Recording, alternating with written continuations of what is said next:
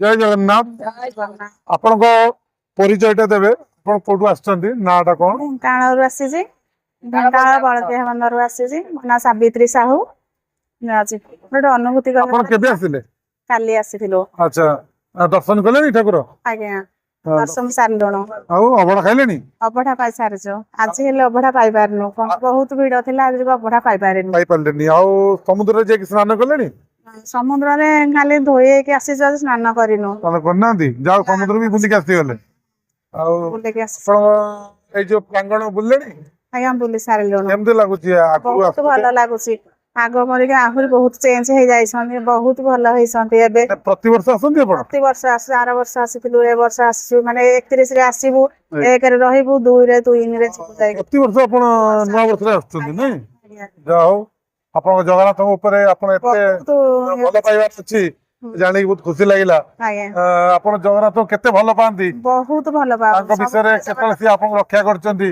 ବହୁତ ଟାଇମ ରଖିଛନ୍ତି ଖାଲି ଆପଣ ତାଙ୍କୁ ଭଲ ପାଆନ୍ତି ନା ସିଏ ବି ଆପଣଙ୍କୁ ଭଲ ପାଆନ୍ତି ଜଗନ୍ନାଥ ବି ଭଲ ପାଆନ୍ତି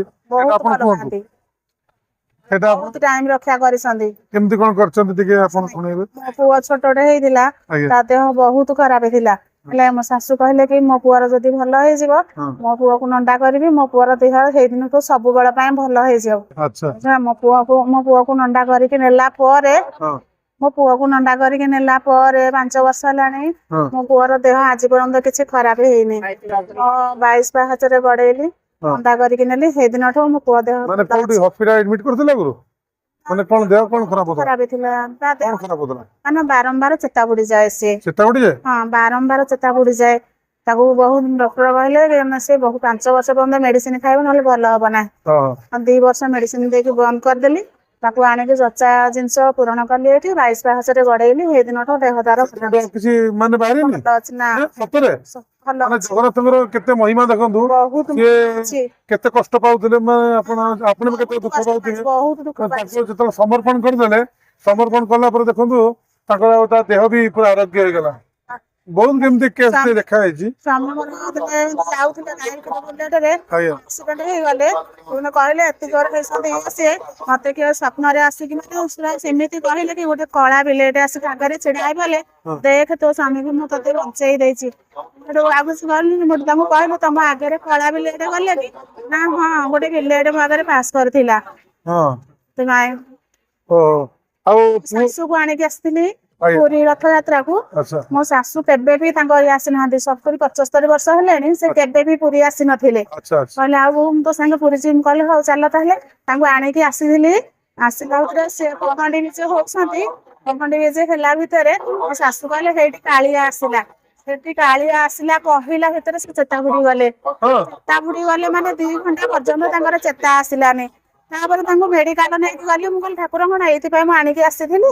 ଏଇଠୁ ଘରକୁ ନେଇକି ଯିବିନି କଣ ଏଇଠୁ ନେଇକି ଯିବେ ଏଠିକି ଏମିତି କହିକି ତାଙ୍କର ମୁଁ ଚେତା ଫେରେଇଲି ସାଙ୍ଗେ ସାଙ୍ଗେ ତାଙ୍କୁ ମେଡିକାଲ ନେଇକି ଗଲେ ମେଡିକାଲ ନେଇକି ଗଲା ପରେ ତାଙ୍କୁ ରଖିଲେ ତାପରେ ଅଗ୍ନି ବିଭାଗରେ ଆଣିକି ତାଙ୍କୁ ରଖିଲା ପରେ ତାଙ୍କୁ 2 ଘଣ୍ଟା ପରେ ଚେତା ହେଲା ପରେ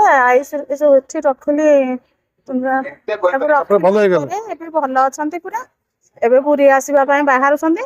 ଆଣି ପାରୁନି ଡରିକି କାଳେ ଦେହ ଟିକେ କଣ ହବ ବୋଲି ଏଠି କିଛି ହେଇଥିଲେ ଜଗନ୍ନାଥ ବଦନାମ ନେଇଥାନ୍ତେ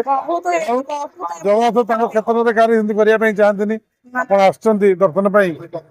ବହୁତ ଦିନ ଥିଲା ମୁଁ ଏଇଟା କହିବା ପାଇଁ ମୋ ଶାଶୁ ଭଲ ହେଲେ ମୋ ପୁଅ ଭଲ ଆଜ୍ଞା ଆଣିକି ଆସିଛନ୍ତି ଏଥର ପୁଅକୁ ଆଣିଛନ୍ତି ଆଣିଛି ପୁଅକୁ ଡାକୁନାହାନ୍ତି ଏଠି ହଉ ଠିକ ଅଛି କିଛି ନାହିଁ କିନ୍ତୁ ପୁଅ ଏବେ ଇଏ ହେଇକି ଦେଖନ୍ତୁ ପୁରା ଭଲ ହେଇକି ପୁରୀ ଆସିବାର ଥିବ ଠାକୁର କଣ ଡୋରି ଲଗେଇବନି ମୁଁ ଯୋଉଦିନ କହିଦେବି ତା ପର ବାହାରିବି ଆପଣ କେତେ ପୁଅ ଝିଅ କେତେ ଝିଅଟେ ବଡ ଝିଅ ପଢୁଛି +2 ସାଇନ୍ସ ପୁଅ ପଢୁଛି 4 କ୍ଲାସରେ ଆଚ୍ଛା ଦେଖନ୍ତୁ ଦେବେ ପୁଅ ସେଇ ପୁଅ ଏତେ ଦେହ ଖରାପ ହଉଥିଲା ସେ ଆଜି ଭଲ ହେଇକି ଆଜି କ୍ଲାସ 4 ରେ ପଢିଲାଣି ଯାହା ହଉ ଜଗନ୍ନାଥ ଆପଣ ମଙ୍ଗଳ କରନ୍ତୁ ଜୟ ଜଗନ୍ନାଥ ହେଲା।